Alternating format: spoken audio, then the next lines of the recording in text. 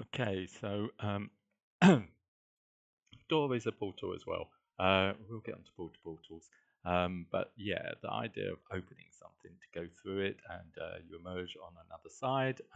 Doors is quite important in Unreal Engine as well, and lots of games and that. So the first portal I'll kind of have a quick go at is a door. I brought in the starter content as well. Make sure you put it in. If not, you can just add it through that. I'm going to need to make, I'm going to use the, I'm going to make the door, bp underscore door, file save, and I'm also going to use a bp interface to do this. Hopefully it'll work. Bp underscore, what am I going to call this? Interactables.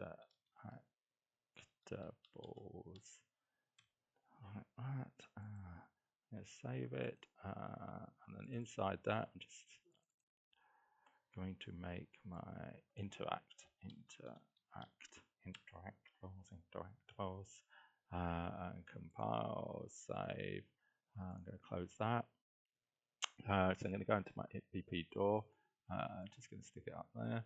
I need to, in class settings, get that interactable interface. Which is bp underscore interactables. There it be. I'm now going to bring in my meshes. So I'm going to use two static meshes. Static mesh one, and I'm going to bring in another one. It needs to be paired. I'm going to make static mesh. No, put in a sphere. Shouldn't have done that. Why did I do that? Add static mesh. Actually, as you can see, I parented it, meaning that one's inside.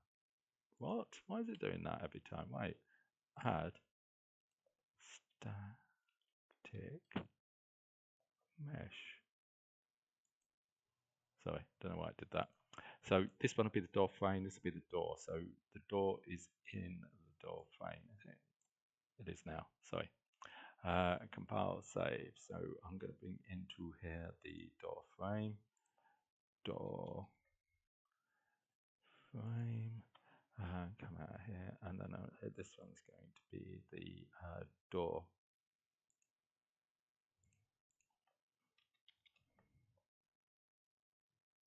There's more than one.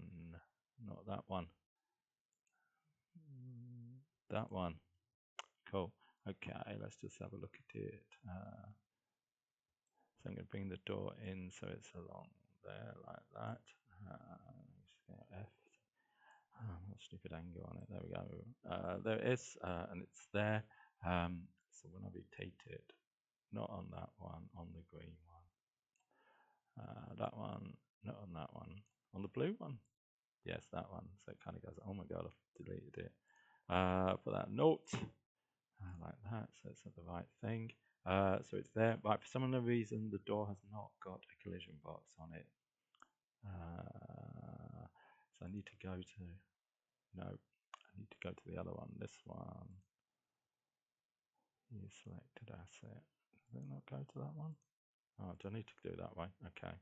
So go there, which means you can just walk through it. Simplified collision. Okay, brilliant. Okay, so let's just put that on it. So you do need to do that. So that's the door. In the door frame, it's got the collision box on it. So I just need a collision box. Box collision, not collision box. Box collision. I'm just going to put it up there. Actually, I'm just going to make it quite big.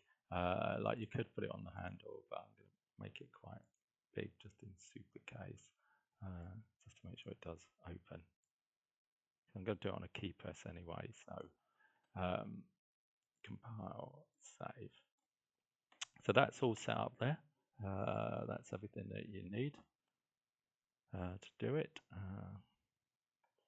From then, if I go to the interact, click on it a couple of times, so that's brought it into the event graph. You just need one variable door open, question mark, and I'm going to leave that as false.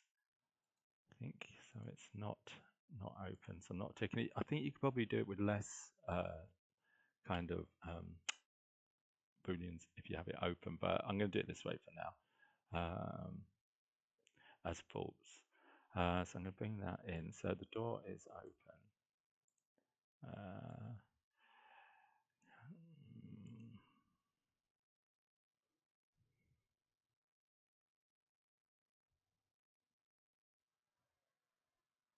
I'm just going to do actually that as well. I don't know why we really have to do this one, but it's a not boolean. So sometimes for not boolean to really work, you still have to have a not to the not boolean, even though it is false and not active. So I'm going to set door open. Top one is that set door open. So if there's any probs, it just means you have to click that one there to set it differently. I'm going to put branch in, branch in. So this is the condition if the door is not open, if it's true, and if it's false there. So if it's true and the door is not open, you want to open the door? Maybe that one. And then if it's not open, you want to close. No, if the door is not open, you want to open it. If it is open, you want to close it. I think that's the way around to do it. Timeline. So I'm going to put a timeline in. So that just is a way of setting. I'm going to call this by opening. So this is a way of kind of like, well, like with anything with a play line, you know, like moving through time and setting kind of key points on it, that kind of thing. So, so I'm going to reverse it there as well. So I'm going to go into the timeline. So you can go into nodes by clicking twice and then you get extra bits. It's not going to be 5 seconds. I'm going to make it 0.3 seconds to run. You don't need to have this. You could just do it snap if you want to. But this is just going to do it a bit more elegant. And I'm going to call this swing, like swing door, swing in the door. So where are we? So if I come here, add key, and it's going to be at 0, 0. So that's the first key. And I'm going to add key to float.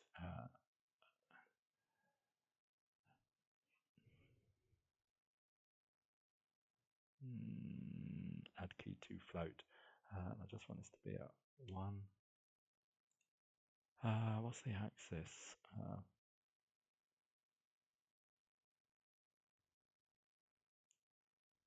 90? Wait a minute. I'm going to put 90 in there. What have I said? No, oh, 0.30. Wait a minute. Actually, I'm just going to set it 1 second. It's going to make it easier for me. Time. So this one is 0. This one needs to be 0 and 0. And where is the second float? That's the second float there. And this is 1 and 90. Just make it easier for me for now. Compile, save, because that's the time. If you get into 0.3, it might get a bit confused. So I'm now going to shut the thing there. I'm now going to get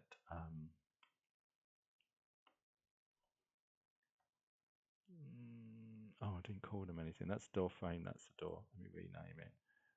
Rename it as door, so I know door. So I'm going to get the door. I'm going to set relative rotation, so it's relative to itself, not the world, or if not, it would turn round the, itself. So set relative rotation. So you can set, all the different ones if you want. So I only want it to do on the Z axis, isn't it? Z is yaw on this. It's a bit back to front actually.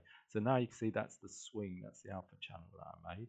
So I'm going to put that into there. I'm going to put that into the update.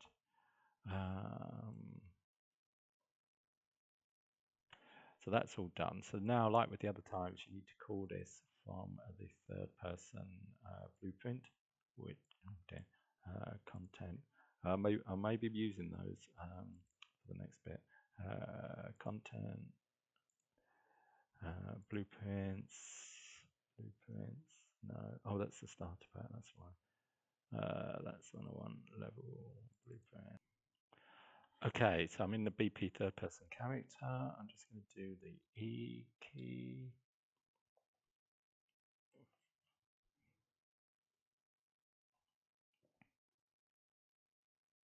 E key, get overlapping actors. Get overlapping. Although I did only make the one, so I didn't use it like with a parent and everything. So, but yeah, I'll still do it this way. BP door BP. So that's the one that you want to overlap with. You want to get that one, the first one that you come to. So if this was more, you know, it's pulling that out of the way. If there was more, it would just do them one at a time in the order that they are. I'm going to message that, I think. Isn't that right? Press on that. Compile, save. Third person character. I've just put the door in the level for now, just to check it out already. And if I go up to there, and then down there, and then down there, press the E key, door opens. Hooray. So that is kind of, and then press it again to close it.